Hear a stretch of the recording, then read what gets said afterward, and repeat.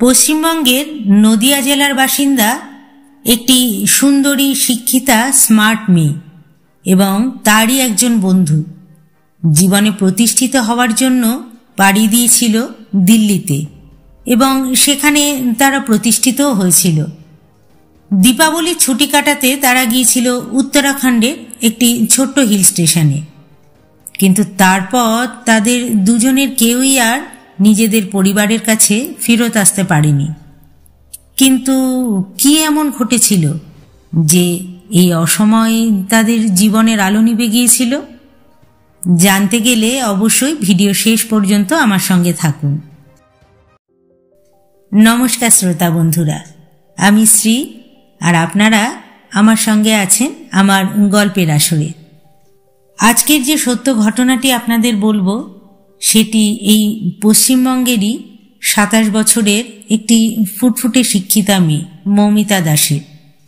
গল্প শুরু করার আগে প্রত্যেকবারের মতো এবারও আপনাদের কাছে অনুরোধ করব, আমার পরিশ্রম যদি আপনাদের ভালো লাগে তাহলে অবশ্যই কিন্তু আমার চ্যানেলটিকে সাবস্ক্রাইব করে আমার সহযোগিতা করবেন, আমার পাশে থাকবেন। আর একটা লাইক করতে কিন্তু ভুলবেন না, আপনাদের একটা লাইকে আমি অনেক অনুপ্রাণিত হই।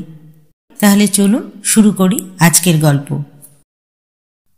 পশ্চিমবঙ্গের নদিয়া জেলার কল্যাণীর বাসিন্দা মৃণাল কৃষ্ণ দাস, যিনি ছিলেন একজন অবসরপ্রাপ্ত সরকারি ব্যাংক কর্মচারী এবং একজন গর্বিত বাবা। তার জীবন ছিল নিষ্ঠা ও ভালোবাসার এক জীবন্ত উদাহরণ।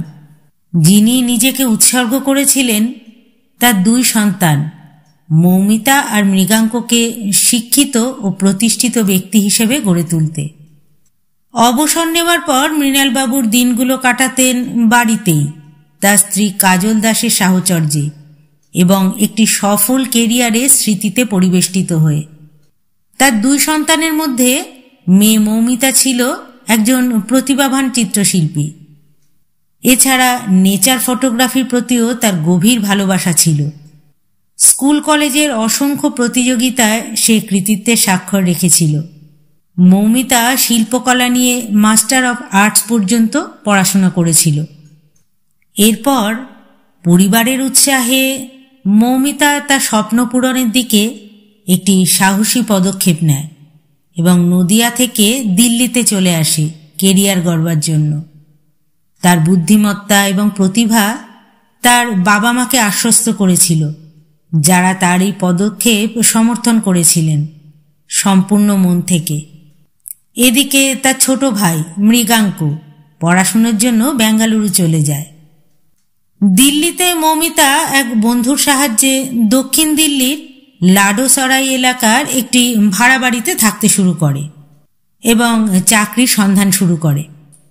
কিছুদিনের মধ্যেই সে গুরগাঁওয়ের পাথওয়েজ ইন্টারন্যাশনাল স্কুলে আর্টস টিচার হিসেবে চাকরি পেয়েছিল।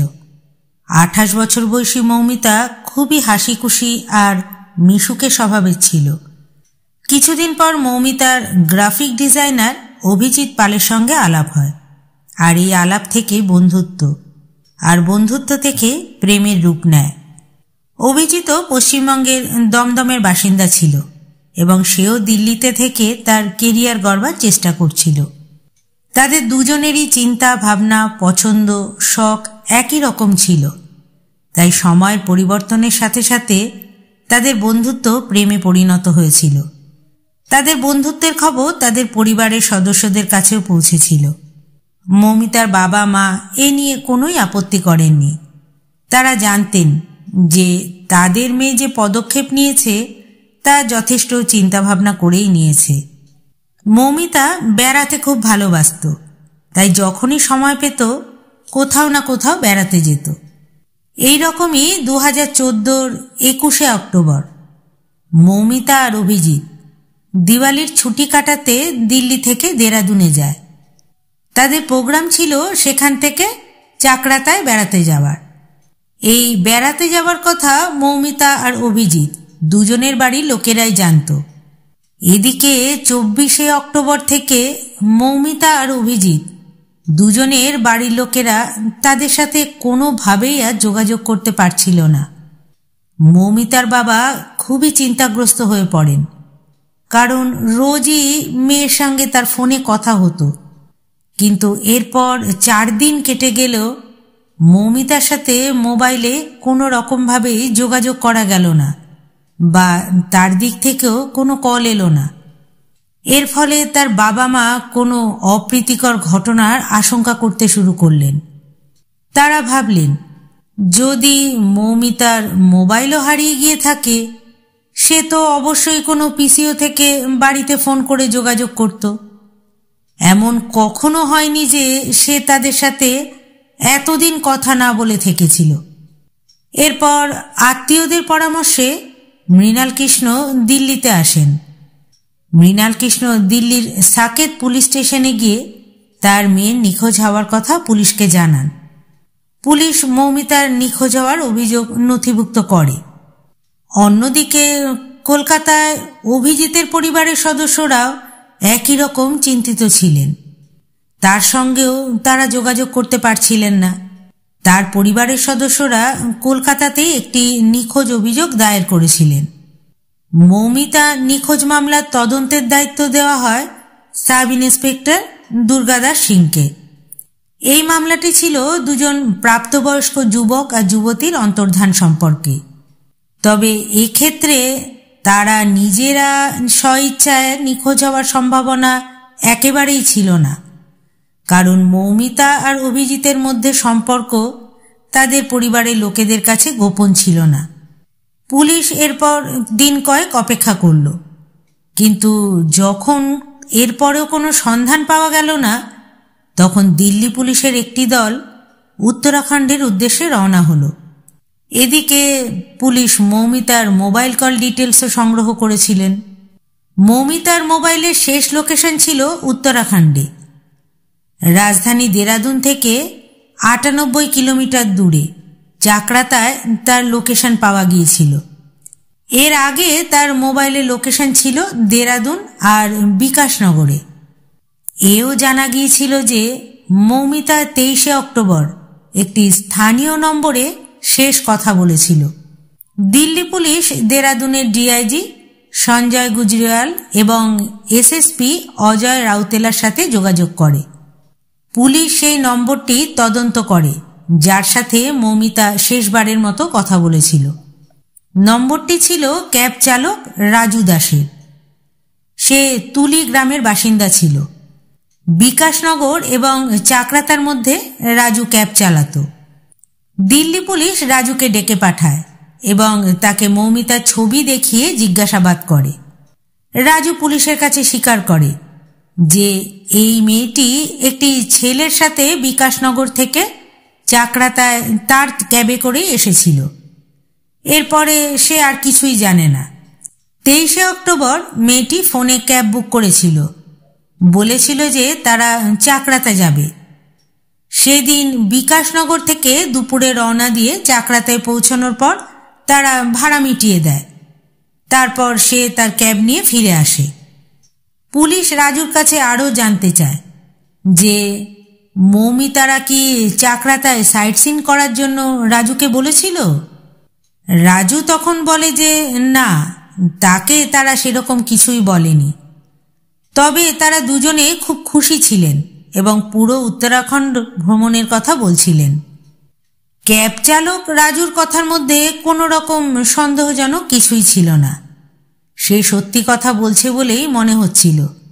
তাই জিজ্ঞাসাবাদের পর পুলিশ তাকে ছেড়ে দেয়। রাজুকে জিজ্ঞাসাবাদের পর দিল্লি পুলিশ আবার ফিরে আসে। পুলিশ মৌমিতা আর অভিজিতের এই রহস্যময় নিখোঁজ হওয়ার কারণ কিছুই বুঝতে পারছিল না। পুলিশের কাছে তদন্ত করার মতো কোনো সূত্রই ছিল না যা তাদের নিখোঁজ হওয়ার রহস্য উদ্ঘাটন করতে পারত। পুলিশ মৌমিতা এবং অভিজিতের মোবাইল ফোনের ওপর বিশেষ নজরদারি তখন শুরু করে। আসলে পুলিশের আশা ছিল যে যদি তাদের মোবাইল অন্য কেউ ব্যবহার করে তাহলে কোনো রকম সূত্র পাওয়া গেলেও যেতে পারে। হঠাৎ নভেম্বর মাসের প্রথম সপ্তাহে মৌমিতার মোবাইল ব্যবহার করা শুরু হয়। পুলিশ তার মোবাইলে ব্যবহৃত নম্বরটি পরীক্ষা করে। সেই নম্বরটি ছিল চাকরাতার ক্যাব চালক রাজুর, যার কারণে রাজু এবার সন্দেহের আওতায় আসে। প্রথমবার জিজ্ঞাসাবাদে রাজুর কথাগুলো সত্য বলে মনে করা হয়েছিল, কিন্তু মৌমিতার মোবাইল তার কাছে কিভাবে এলো তা একটা বড় প্রশ্ন ছিল। এখন পুলিশ সন্দেহ করতে শুরু করে যে মৌমিতা আর অভিজিতের সাথে নিশ্চয়ই কিছু অপ্রীতিকর ঘটনা ঘটেছে। এরপর পুলিশের দল আবার উত্তরাখণ্ডের উদ্দেশ্যে রওনা হয়। এই দলে SI Durgadas Singh, head constable Sudhir Kumar এবং গোপাল ছিলেন। উত্তরাখণ্ডের ডিআইজি সঞ্জয় গুজরিওয়াল দিল্লি পুলিশকে সম্পূর্ণ সহযোগিতার আশ্বাস দেন। তিনি বিকাশনগরের সিও এসকে সিংকেও এই বিষয়ে ব্যবস্থা নেওয়ার নির্দেশ দেন। বিকাশনগর পুলিশ স্টেশনের ইনচার্জ চন্দন সিং বিস্ট, চাকরাতা পুলিশ স্টেশনের ইনচার্জ মুকেশ ঠালে, বিকাশনগর পুলিশ স্টেশনের sub incharge Dinesh Thakur, outpost incharge Narendra Singh, constable Amit, Dharmendra এবং শোভান সিংও দিল্লি পুলিশ দলের সাথে সেখানে একসঙ্গেই উপস্থিত ছিলেন। দিল্লি আর উত্তরাখণ্ডের পুলিশের দল 10ই নভেম্বর ক্যাব চালক রাজুকে গ্রেপ্তার করে। বিকাশনগরের সিও এসকে সিং রাজুকে জিজ্ঞাসাবাদ করলে সে প্রথমে পুলিশকে বিভ্রান্ত করারই চেষ্টা করে, কিন্তু শেষ পর্যন্ত রাজু যে তথ্য প্রকাশ করে তা শুনে সবাই বিস্ময়ে হতবাক হয়ে যায়। রাজু তার নিজের গ্রামের 3 বন্ধুর সঙ্গে মিলে মৌমিতা আর অভিজিৎকে হত্যা করেছিল। রাজুর গ্রেপ্তারের পরদিন অর্থাৎ 11ই নভেম্বর পুলিশ তার 3 বন্ধু বাবলু দাস, গুড্ডু দাস এবং কুন্দন দাসকেও গ্রেপ্তার করে। পুলিশের জিজ্ঞাসাবাদে তাদের সব অপকর্ম প্রকাশ পায়। রাজুর পরিবার ছিল খুবই সাধারণ। ছোট থেকেই সে দারিদ্রতা দেখেছে, কিন্তু বড় হয়ে পরিবারকে সাহায্য করতে সে ক্যাব চালানো শুরু করে। তার ক্যাব বিকাশনগর, চাকরাতা এবং দেরাদুন রুটে চলত। রাজুর নেশা করার খারাপ অভ্যেস ছিল। একই গ্রামের বাবলু, গুড্ডু আর কুন্দনের সঙ্গে তার গভীর বন্ধুত্ব ছিল। তারা সবাই তার মতোই ছিল। প্রতিদিনই তারা একসঙ্গে বসে নেশা করত, আর সমস্ত বড় বড় স্বপ্ন আর বড় বড় চিন্তাভাবনা সেসব নিয়েই তাদের আলোচনা চলত। 4 জনের একই রকম চিন্তাধারা ছিল। তারা সবসময় ভাবত কিভাবে শর্টকাট নিয়ে জীবনে এগিয়ে যাওয়া যায়। মদ্যপানের পর তাদের স্বপ্ন আরও জাগ্রত হতো। রাজু যা উপার্জন করত তার অর্ধেকটাই তার মদ্যপানে ব্যয় হয়ে যেত। 23শে অক্টোবর সে যখন মৌমিতাদের চাকরাতায় নিয়ে আসে, সেদিন তার মনে এই ধরনের কোনো খারাপ ভাবনা ছিল না, কিন্তু পরদিন সে বন্ধুদের সাথে পরামর্শ করে এই কাণ্ড ঘটায়। 2014 সালের 21শে অক্টোবরে মৌমিতা দাস আর অভিজিৎ পাল দিল্লি থেকে দিওয়ালির ছুটি কাটাতে আসে। 23শে অক্টোবর তারা রাজুর ক্যাবে বিকাশনগর থেকে চাকরাতায় আসে। এরপর 24শে অক্টোবর তারা রাজুর ক্যাবেই টাইগার ফলস দেখতে যায়। টাইগার ফলসে তারা বেশ কিছুক্ষণ সময় কাটায়। তারপর ফেরার পথে রাজু আর তার বন্ধুরা মিলে তাদের লুটপাট করে এবং হত্যা করে। প্রথম যেদিন মৌমিতাদের রাজু চাকরাতায় নিয়ে এসেছিল, সেদিন তার মনে এ ধরনের কোনো খারাপ ভাবনা ছিল না, কিন্তু গাড়িতে তাদের কথোপকথন এবং পোশাক পরিচ্ছদ দেখে রাজু অনুমান করেছিল যে তারা দুজনেই সম্পন্ন পরিবারের লোক। তখন থেকে তার মন ঘুরে যায় এবং সে তাদের লুট করার সিদ্ধান্ত নেয়। এরপর বন্ধুদের সাথে পরামর্শ করে এবং এই কাণ্ড ঘটায়।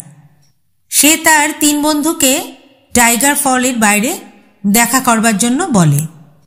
এরপর 24শে অক্টোবর রাজু যখন অভিজিৎ আর মৌমিতাকে টাইগার ফল দেখাতে নিয়ে যায়, সেখান থেকে ফিরে আসার সময় পরিকল্পনা অনুযায়ী সে সেখানে বাবলু, গুড্ডু আর কুন্দনকে দেখতে পায়।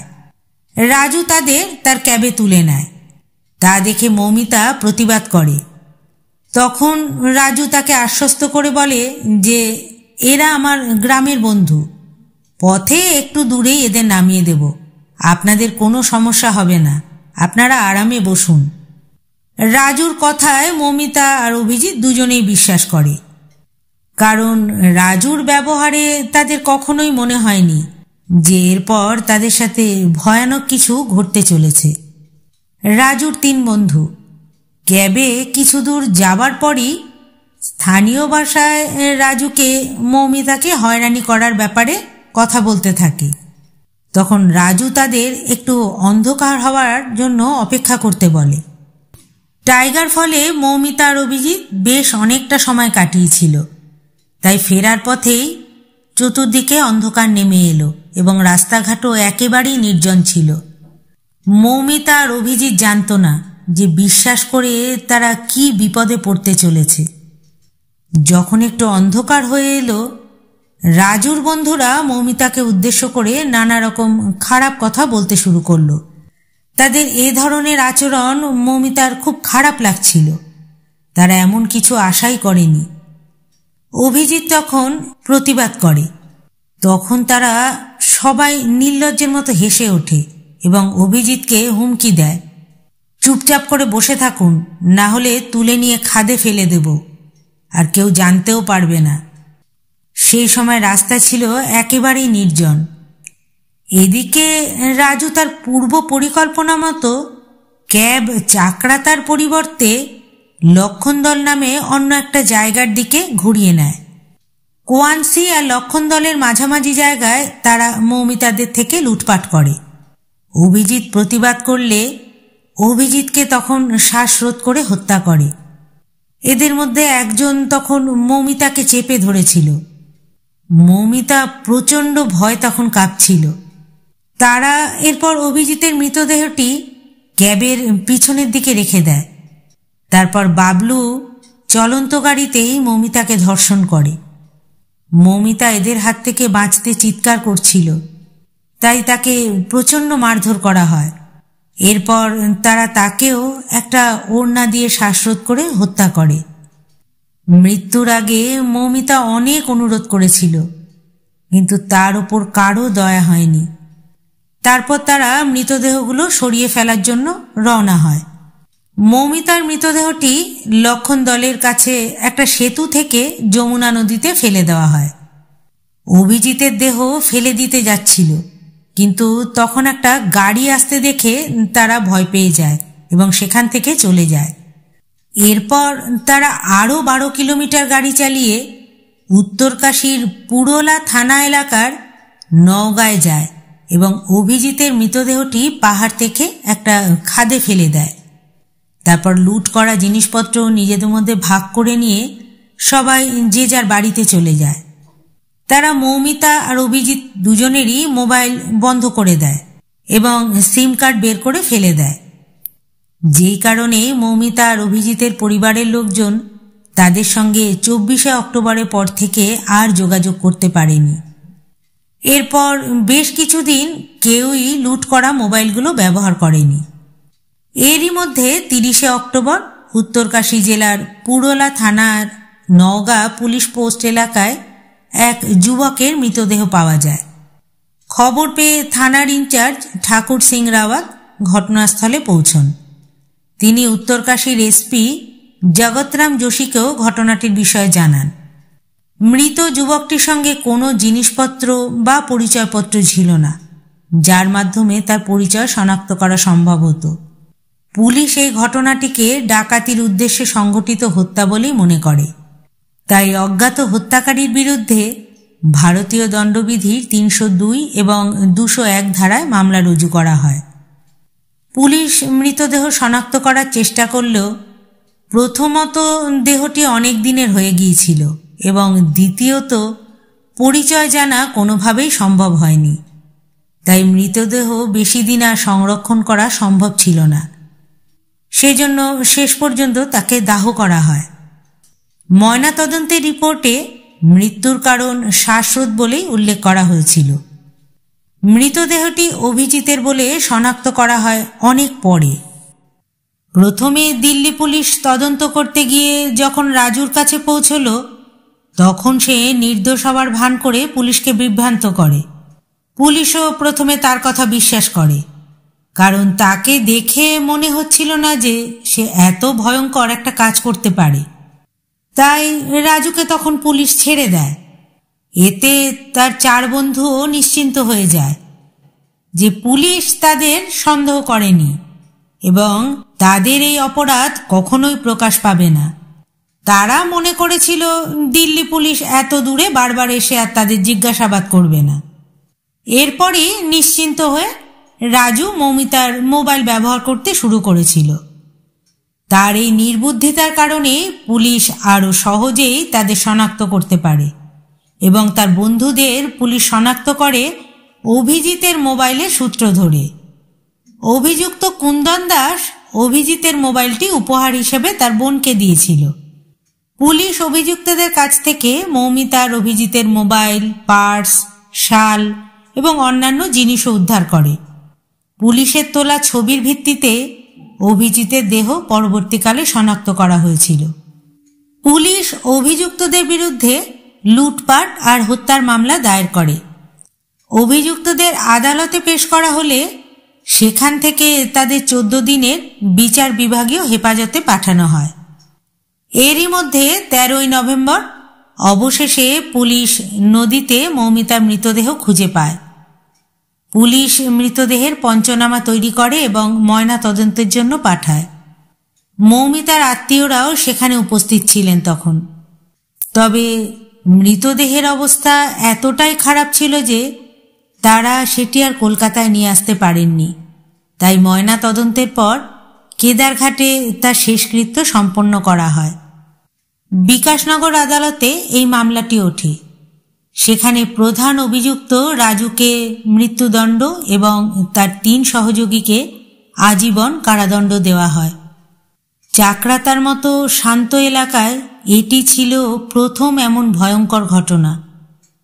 মৌমিতা আর অভিজিৎ রাজুর ওপর বিশ্বাস রেখেছিল, কিন্তু সে সেই বিশ্বাস ভেঙে তাদের জীবন প্রদীপ চিরতরে নিভিয়ে দিয়েছিল।